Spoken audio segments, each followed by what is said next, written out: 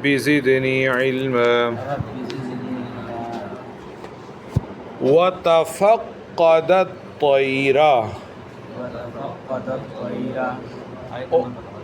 آیت نمبر 20 ہے سورہ نمل کی.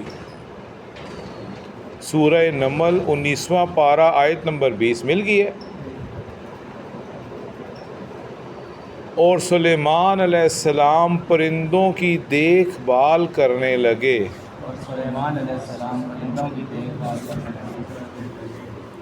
فقال اور فرمانے لگے ما لیا لا اری الہدہد یہ کیا بات ہے کہ میں ہدہد کو نہیں دیکھ رہا. ام کان من الغائبین یا وہ ہے ہی غیر حاضر لوگوں میں سے. لأعذبنہ عذابا شدیدا میں ضرور اسے سخت ترین سزا دوں گا. او لأذبحنہ یا میں اسے ذبح کر ڈالوں گا. او لیأتینی بسلطان مبین یا وہ میرے سامنے پیش کرے کوئی معقول وجہ. فمکث غیر بعید کچھ زیادہ دیر نہ گزری تھی. فقال تو ہدہد آ کر کہنے لگا احطت بما لم تحط به میں ایک ایسی چیز کی خبر لے کر آیا ہوں کہ اے سلیمان علیہ السلام اس کی خبر آپ کو بھی نہیں ہے. وَجِئْتُكَ مِنْ سَبَإٍ بِنَبَإٍ یقین اور میں آپ کے پاس لایا ہوں ملک سبا کی ایک یقینی خبر. انی وجدت امرأۃ میں نے یہ دیکھا ہے وجدت امرأۃ تملکہم کہ ایک عورت ان کی بادشاہت کر رہی ہے. وَلَهَا عَرْشٌ عَظِيمٌ اور اس عورت کا تخت بھی بہت عظمت والا ہے.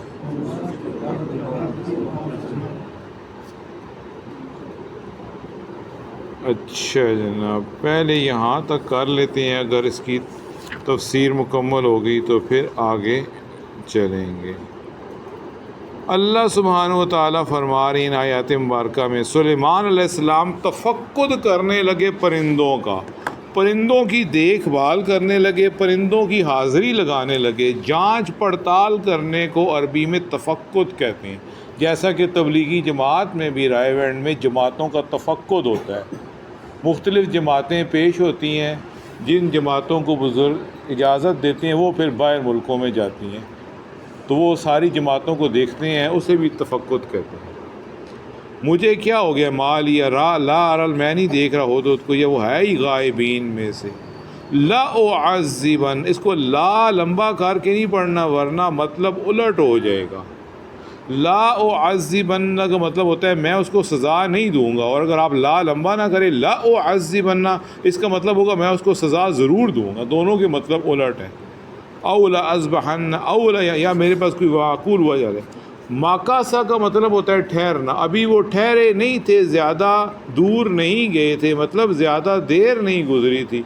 میں احاطہ کر کے آیا ہوں. معلوم توحید بھی اے اللہ کے نبی آپ بھی اس کا احاطہ نہیں کر سکتے. وَجِئْتُكَ مِنْ سَبَأ اور میں ملک سبا کی ایک یقینی خبر لے نبا نبا کہتے ہیں، یہ صبا اور نبا یہ ساتھ ساتھ ہے. صبا جو ہے یہ ملک صبا ہے، اور قرآن مجید میں سورہ صبا بھی ہے 22ویں سپارے کے اندر، اور سورہ نبا بھی ہے 30ویں سپارے کے اندر. میں نے پایا ہے ایک عورت کو وہ حکومت کر رہی ہے. تو ہدہد کو بھی حیرانگی ہوئی کہ عورت وزیر اعلیٰ اور وزیر اعظم کیسے بن سکتی ہے. ہدہد پرندہ ہو کر، جانور ہو کر بھی عورت کی حکومت پر پریشان ہو گئی. اور آج کل ہم جو ہے نعوذ باللہ لوگ خود عورت کو، تو اس لیے جو ہے وہ اوتیت من کل شیء، اور ان کو ہر چیز دی گئی ہے، اور ان کو اس عورت کا تخت بھی بہت عظیم ہے، اور اس عورت کی کرسی اور یہ اس کا جو دفتر ہے جو بھی ہے بڑا عظیم. فرماتے ہیں ہدہد سلیمان علیہ السلام کی فوج میں مہندس کا کام کرتا تھا. مہندس عربی میں انجینئر کو کہتے ہیں. انجینئر انگلش کا لفظ ہے، عربی میں انجینئر کو کہتے ہیں مہندس، اور محدث کہتے ہیں حدیث بیان کرنے والے کو. محدث میں ہا حلوے والی ہے، یہ ہا لاہور والی ہے، اس کے ساتھ نون ملے تو مہندس انجینئر. ہدہد سلیمان علیہ السلام کی لشکر میں یہ بتاتا تھا کہ پانی اس وقت کہاں پر ہے.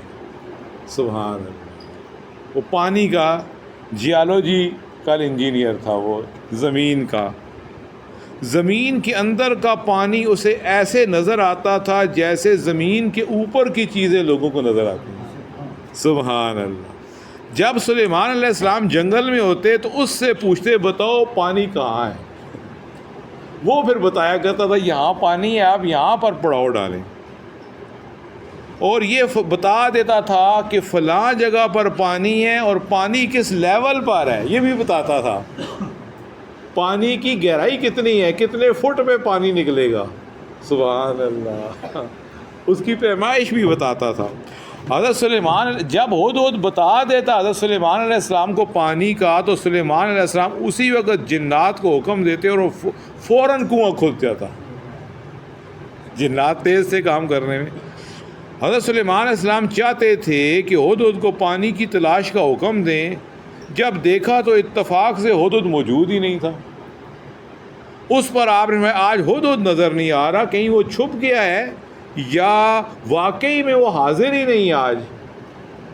ایک مرتبہ حضرت ابن عباس رضی اللہ تعالیٰ عنہ سے یہ تفسیر سن کر نافع بن ارزق خارجی، یہ خارجی بھی شیعوں کی جماعت میں سے، منافقوں کی جماعت میں سے ایک بندہ تھا، اس کا نام تھا نافع بن ارزق. یہ بکواسی ہر وقت حضرت عبداللہ ابن عباس کی باتوں پر ان کے درس میں بے جا اعتراضات کیا کرتا تھا. جب بھی عبداللہ ابن عباس کا درس ہوتا، کوئی بیان ہوتا، یہ بکواسی آدمی ہر بات پہ کیڑے نکالتا، اعتراضات کرتا اور اوٹ پٹانگ سوال کرتا تھا. جب حضرت عبداللہ ابن عباس ایک مرتبہ سورہ نمل کی یہ تفسیر بیان کر رہے تھے تو یہ بکواسی درس کے دوران آپ کے پاس آ گیا اور کہنے لگا اے ابن عباس آج تو آپ ہار گئے، اے ابن عباس آج تو آپ ہار گئے. جو سوال اب میں آپ سے کروں گا اس کا جواب آپ کے پاس نہیں ہوگا. اس کا مقصد علم سیکھنا نہیں تھا، بلکہ مختلف اوٹ پٹانگ سوال کر کے عبداللہ ابن عباس کو لاجواب کرنا ہوتا تھا. حضرت عبداللہ نے فرمایا یہ کیسے ہار گیا میں، بتاؤ وجہ. اس نے کہا آپ خود فرما رہے ہیں کہ ہدہد زمین کے نیچے کا پانی بھی دیکھ لیتا تھا. یہ بات کیسے صحیح ہو سکتی ہے؟ ایک بچہ جال بچھاتا ہے اور اس کو مٹی سے ڈھانپ دیتا ہے، پھر اس کے اوپر دانہ ڈالتا ہے، اور وہ جب ہدہد بیچ میں آتا ہے دانہ کھانے تو وہ جال کھینچ کے ہدہد کو شکار کر لیتا ہے اور ہدہد جال میں پھنس جاتا ہے. اگر ہدہد زمین کے اندر کا پانی دیکھ سکتا ہے تو سامنے پڑا ہوا جال اسے کیوں نہیں نظر آتا، جو اس کی موت کا اور اس کی قید کا ذریعہ ہے. حضرت عبداللہ ابن عباس نے فرمایا اگر مجھے یہ خیال نہ ہوتا کہ تو یہ سمجھے گا کہ ابن عباس لاجواب ہو گیا ہے تو میں کبھی بھی تجھے جواب نہ دیتا. اس فضول بات کا میں تجھے کبھی بھی جواب نہ دیتا، لیکن صرف اس لیے جواب دے رہا ہوں تو یہ نہ سمجھے کہ میں تیرے سوال کے سامنے لاجواب ہو گیا ہوں. سن، جس وقت اللہ کی تقدیر آ جاتی ہے تو آنکھیں اندھی ہو جاتی ہیں. جس وقت اللہ کی تقدیر آ جاتی ہے تو آنکھیں اندھی ہو جاتی ہیں اور آدمی کی مت ماری جاتی ہے اور عقل جاتی رہتی ہے۔ یہ بات سن کر نافع خارجی لاجواب ہو گیا کہ ہاں اس بات سے میں بھی اتفاق کرتا ہوں، جب تقدیر غالب آ جائے تو پھر اسباب کام نہیں کرتے، اور کہنے لگا اللہ کی قسم اب آئندہ میں کبھی آپ پر اعتراض نہیں کروں گا، آئندہ میں آپ کے علم کا لوہا مان گیا ہوں، آئندہ میں کبھی اعتراض نہیں کروں گا۔ حضرت عبداللہ برزی ایک اللہ کے ولی تھے، حضرت عبداللہ برزی ایک اللہ کے ولی گزرے ہیں۔ یہ جمعرات کا اور پیر کا روزہ پابندی سے رکھا کرتے تھے۔ 80 سال کی ان کی عمر ہو گئی تھی اور ایک آنکھ سے کانے تھے، ایک آنکھ سے کانے تھے۔ سلیمان بن زید ایک آدمی تھے، انہوں نے ایک مرتبہ آ کر آپ سے کہا کہ یہ آپ کی آنکھ کانی کیسے ہو گئی ہے، اس کی وجہ تو مجھے بتائیں۔ تو آپ نے اس بات کے بتانے سے انکار کر دیا کہ نہیں میں نہیں بتاتا۔ یہ جو تھے سلیمان بن یزید یہ پیچھے پڑ گئے، نہیں حضرت مجھے بتائیں آپ کی ایک آنکھ کیسے ختم ہوئی ہے۔ مہینے گزر کے وہ روزانہ آتے اور پوچھتے حضرت بتائیں نا آپ کی آنکھ کیسے کانی ہو گئی ہے۔ یہ انہوں نے ہمیشہ انکار ہی کرتے رہے۔ ایک مرتبہ یہ تنگ آ گئے، وہ پھر آ گیا پوچھ حضرت آپ کی آنکھ بتائیں نا کانی کیسے ہوئی ہے، اس کی وجہ آج میں پوچھ کے جاؤں گا۔ تو کہنے لگے سنو اب پیچھے پڑ گئے ہو تو وجہ سن لو۔ میرے پاس لولو خراسانی برزہ میں جو دمشق کے پاس ایک شہر آئے، میرے پاس لولو خراسانی آئے اور مجھ سے کہنے لگے کہ میں انہیں برزہ کی وادی میں لے جاؤں۔ ایک بندہ آیا میرے پاس اور مجھے کہنے لگا کہ مجھے ذرا برزہ کی وادی میں لے جاؤ، تو یہ بزرگ فرماتے ہیں میں انہیں وہاں لے کے چلا گیا۔ انہوں نے انگیٹھیاں نکالیں اور بخور نکالے اور اس وادی میں وہ شمع جلانی شروع کر دیں۔ ان کے پاس کوئی شمع تھی، بخور خوشبو کی شمع تھی، بخور خوشبو جلاتے ہوتے ہیں، تو وہ تمام وادی خوشبو سے مہکنے لگ گئی، اور جب خوشبو سے مہکنے لگ گئی تو ہر طرف سے سانپ آنا شروع ہو گئے، ہر طرف سے سانپ آنا شروع ہو گئے۔ لیکن وہ جو بزرگ وہاں خوشبوئیں جلا رہے تھے وہ بے پرواہ ہو کے بیٹھے رہے، انہیں پرواہ ہی نہیں سانپوں کی، کسی سانپ کی طرف انہوں نے توجہ تک نہیں دی۔ تھوڑی دیر گزری تو دیکھا کہ ایک سانپ آیا جس کا سائز صرف ایک ہاتھ کے برابر تھا، اور اس سانپ کی آنکھیں سونے کی طرح چمک رہی تھی، ایسی تھی۔ یہ جو وہاں خوشبوئیں جلا رہے تھے یہ بہت خوش ہوئے اور کہنے لگے اللہ کا شکر ہے ہماری سالہ سال کی محنت ٹھکانے لگ گئی، ہماری سالہ سال کی محنت ٹھکانے لگ گئی۔ انہوں نے اس سانپ کو پکڑا اور اس کی آنکھوں میں انہوں نے سلائی پھیری، کوئی سرما دانی کوئی سلائی ہوگی اس کی آنکھوں میں پھیری۔ اس کے بعد وہی سلائی جو سانپ کی آنکھوں میں پھیری تھی میں نے ان سے کہا یہ سلائی میری آنکھوں میں بھی پھیر دیں۔ وہ بزرگ کہنے لگے، تو وہ جو خوشبوئیں جلا رہے تھے انہوں نے انکار کر دیا کہ نہیں یہ سلائی میں آپ کی آنکھوں میں نہیں پھیر سکتا۔ یہ کہنے لگے میں ان کی منتیں کرنے لگا، نہیں حضرت میری آنکھوں میں پھیرے نہ یہ سلائی، مجھے بھی شوق ہے، یہ سرما جو آپ نے سانپ والا ہے یہ میں بھی لگانا چاہتا ہوں۔ جب بہت منت سماجت میں نے کی، ان کے پیچھے پڑ گیا تو انہوں نے میری دائیں آنکھ میں وہ سلائی پھیر دی، دائیں آنکھ میں وہ سلائی پھیر دی۔ کہتے ہیں جو ہی وہ سلائی پھیرتے گئے تو میں کیا دیکھتا ہوں کہ زمین مجھے شیشے کی طرح لگنے لگ گئی، اور زمین کے اوپر کی چیزیں اور اندر کی ساری چیزیں مجھے نظر آنا شروع ہو گئیں کہ زمین کے اندر کیا کیا چھپا ہوا ہے وہ بھی مجھے نظر آنا شروع ہو گیا۔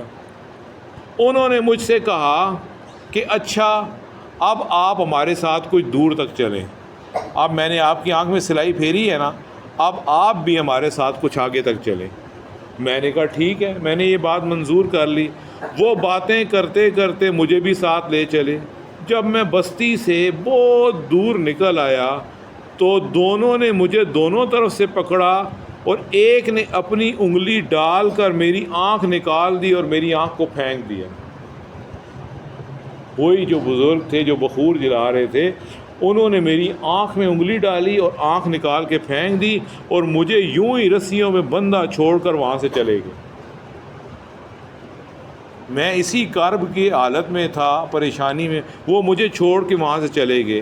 اتفاقاً وہاں سے ایک قافلہ گزرا تو انہوں نے مجھے اس رسیوں میں جکڑا ہوا جب دیکھا تو مجھ پر رحم کھایا، میری رسیاں کھولی اور تب وہاں سے میں آزاد ہو کر پھر اپنے گھر واپس آیا۔ یہ ہے میری آنکھ کے ضائع ہونے کا قصہ، اور یہ ابن عساکر کی تفسیر کے اندر لکھا ہوا ہے، مستند واقعہ۔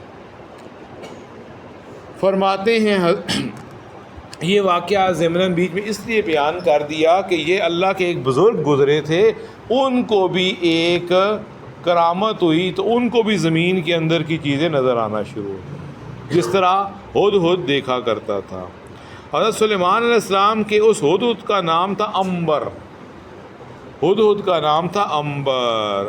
جیسا کہ یہ جو سورت چل رہی ہے سورہ نمل، اس میں چونٹی کا نام بھی پیچھے گزرا ہے، کیا نام تھا پتہ نہیں، خرکیس یا اس طرح کا کوئی چونٹی کا نام بھی گزرا ہے، یا ہرکل نام تھا۔ حضرت سلیمان علیہ السلام کے ہدہد کا نام عنبر تھا۔ آپ فرماتے ہیں اگر واقعی وہ غیر حاضر ہے تو میں اسے سخت سزا دوں گا، اس کے پر نچوا دوں گا، اس کو پھینک دوں گا کہ کیڑے مکوڑے کھا جائیں، یا میں اسے حلال کر دوں گا، ذبح کر کے خود کھا جاؤں گا، یا یہ کہ وہ میرے غیر حاضر ہونے کی کوئی مقبول وجہ پیش کرے۔ اتنے میں ہدہد آ گیا۔ جب ہدہد آیا تو سارے جانور اسے کہنے لگے آج تیری خیر نہیں، جیسے کہ کلاس میں بچے کہتے ہیں کل کدھر تھا، آج تمہاری خیر نہیں ہے، تو سارے جانور کہنے لگے ہدہد تم کہاں تھے، آج تمہاری خیر نہیں ہے، بادشاہ سلامت یہ وعدہ کر چکی ہیں کہ وہ تمہیں مار ڈالیں گے۔ ہدہد کہنے لگا مجھے سچ سچ بتاؤ حضرت سلیمان علیہ السلام نے میرے پیچھے میرے بارے میں کہا کیا تھا، مجھے ان کے الفاظ بتاؤ۔ تو سب کہنے لگے کہ وہ تو یہ کہہ رہے تھے کہ یا میں اسے ذبح کروں گا یا سزا دوں گا، یا کوئی معقول وجہ وہ مجھے بیان کرے۔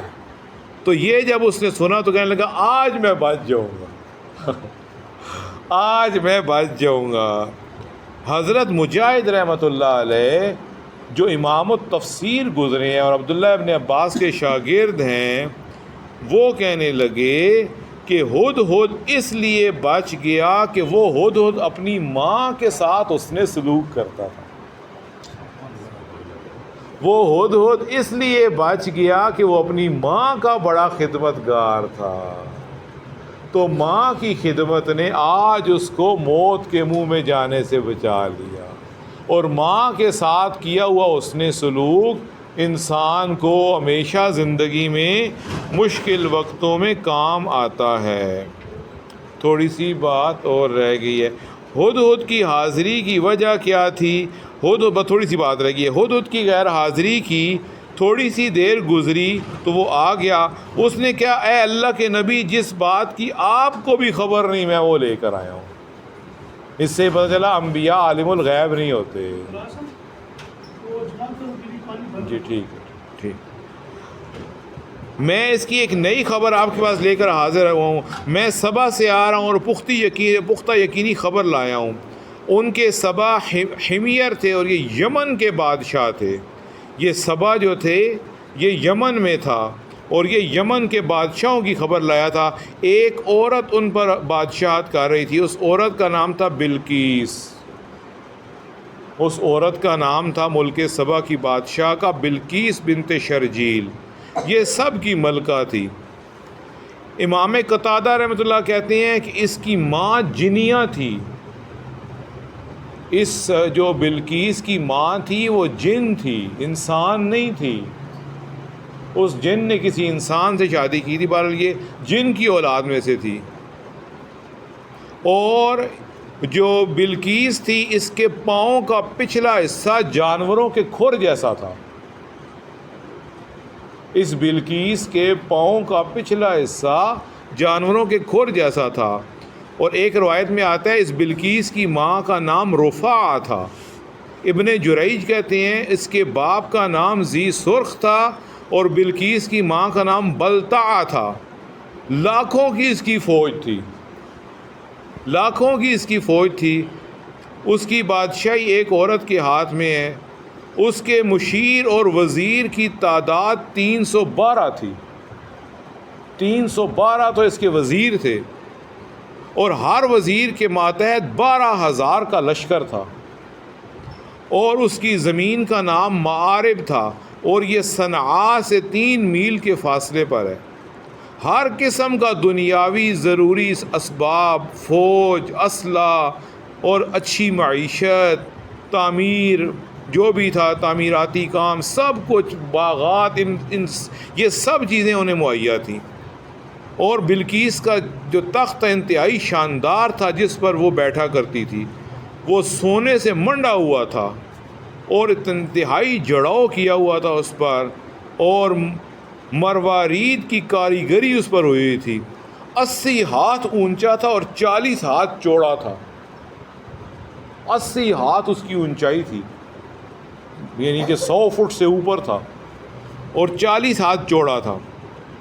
600 عورتیں ہر وقت اس کے دربار میں کمر بستہ اس کے حکم کی منتظر کھڑی ہوتی تھی. 600 عورتیں ہر وقت اس کے دربار میں چوکس کھڑی ہوتی تھی. اس کا ایک دیوان خاص تھا جس میں یہ تخت پڑا ہوا تھا. بہت بڑا محل تھا، بلند و بالا، کشادہ فراخ، پختہ مضبوط، صاف ہوادار.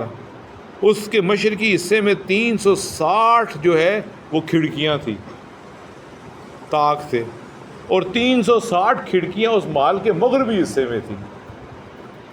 سبحان اللہ. آگے اور مزید بات ہے انشاءاللہ پھر بات. سبحانک اللہم و بحمدک نشہد ان لا الہ الا انت نستغفرک و نتوب الیک.